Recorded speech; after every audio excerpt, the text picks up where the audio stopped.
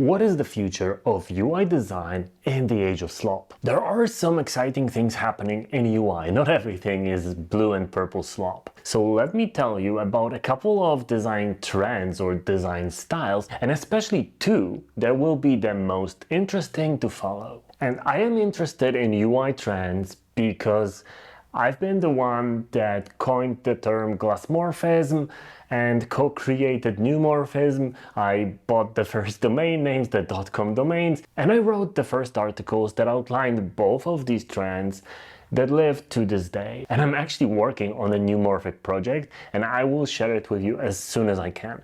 But let's get back to the trends of right now.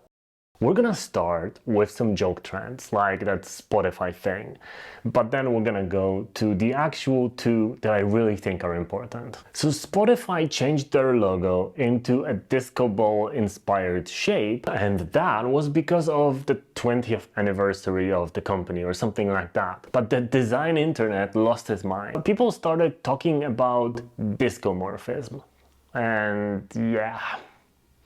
So now we're at a stage where we call everything a morphism, thinking it will maybe stick. We don't really need another morphism, especially discomorphism. But one of the trends I'm gonna tell you about later in the video is actually something that could potentially have a morphism-like name, but I'm gonna let you actually take this one. Unless you won't figure it out, then I'll come back in a few months and I'll give it a name. So there is metal-morphism, Squircle-morphism, disco-morphism, light-morphism, and a lot of other different morphisms. They are all a subset of Skeumorphism because they are only defined by the material, which is something that's mimicking real world. So in case of discomorphism, this is just a lot of little mirrors. It's a completely skeuomorphic paradigm. Same with metal. So in the era of wooden shelves and stitched leather, which by the way was quite an exciting way and time to do design,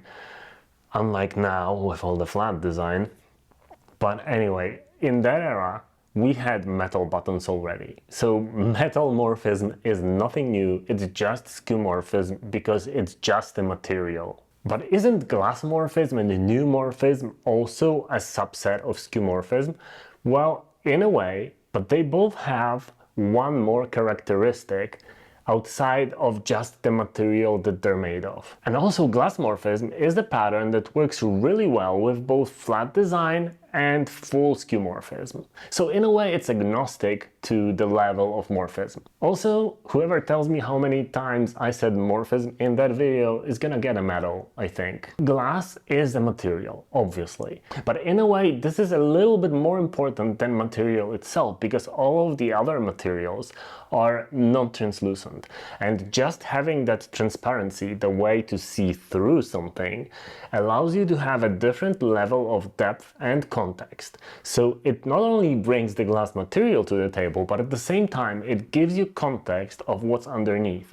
And none of the other morphisms do that. They're all opaque. Without that context, it would be just another material texture, this time just looking like glass. And Neumorphism is a pretty weird thing because it is rather minimalistic, and on purpose it doesn't have textures and doesn't have many qualities except of being extruded from the background. So it's somewhere between minimalism, flat design, and Skeumorphism, which places it as kind of like this odd middle ground. And contrary to what many people say about the accessibility issues of it, which by the way I covered in 2019 in my first article, the accessibility issues are non-issues if you do the entire rest of the interface right. Because if everything has proper contrast, proper hierarchy, good typography, then just that little border around some things might not be visible to everyone, but they will still get the whole interface structure from everything else. This is just an extra, not a defining thing. And as I mentioned, I am working on a project, a real one, that is a full neumorphic style. And I did a lot of those really cool explorations on paper for it, a lot of very cool animations and transitions, and I can't wait to share the whole case study with you as soon as it's out. But what I can say about Neumorphism is that it can look beautiful if done right, and if not overdone. That's kind of like the main thing. So Discomorphism is not a design style in any way. It's just a mirror-like texture.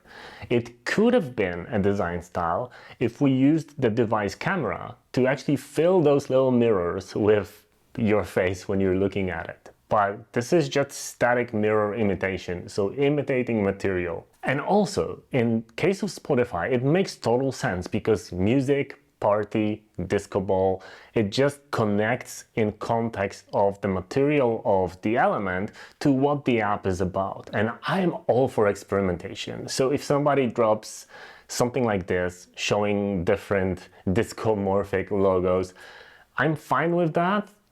Go ahead, play around, have fun. But at the same time, this is not a trend and this is not a style that's gonna fit anything other than a music app. And a while ago, we also arrived with the Squircle, which is a square circle, which is basically a certain corner radius that is very pleasant to use in digital interfaces. And I can dive into Squircles a little bit more in a separate video if you want me to. But the main thing about them is that they have these soft edges that are non-threatening, because we have this primal instinct of sharp corners being associated with danger, and it still works that way. So sharp corners are more alert prone, and they are more associated with something luxury, professional, not very friendly. But we can go all the way to the friendly circle. But the problem with the circle is that if you put circles one under the other, our eye is going into this weird pattern.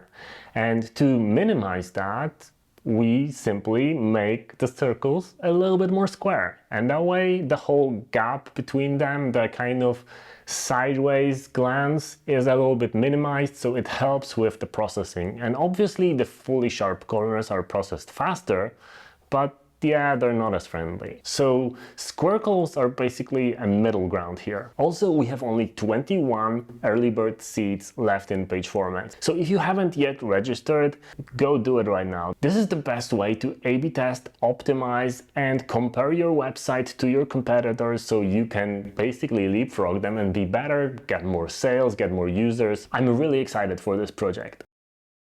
And I have to give it to Figma this time. They went all in and talked about ballonmorphism, which basically I think looked a little bit AI generated, but it was a good joke, especially since balloons made with AI can pop. Just like, oh, okay, let's not talk about the bubble today. Today is UI design day. Let's talk about those two design trends or design styles that I think will be interesting. One is augmented reality / natural behavior.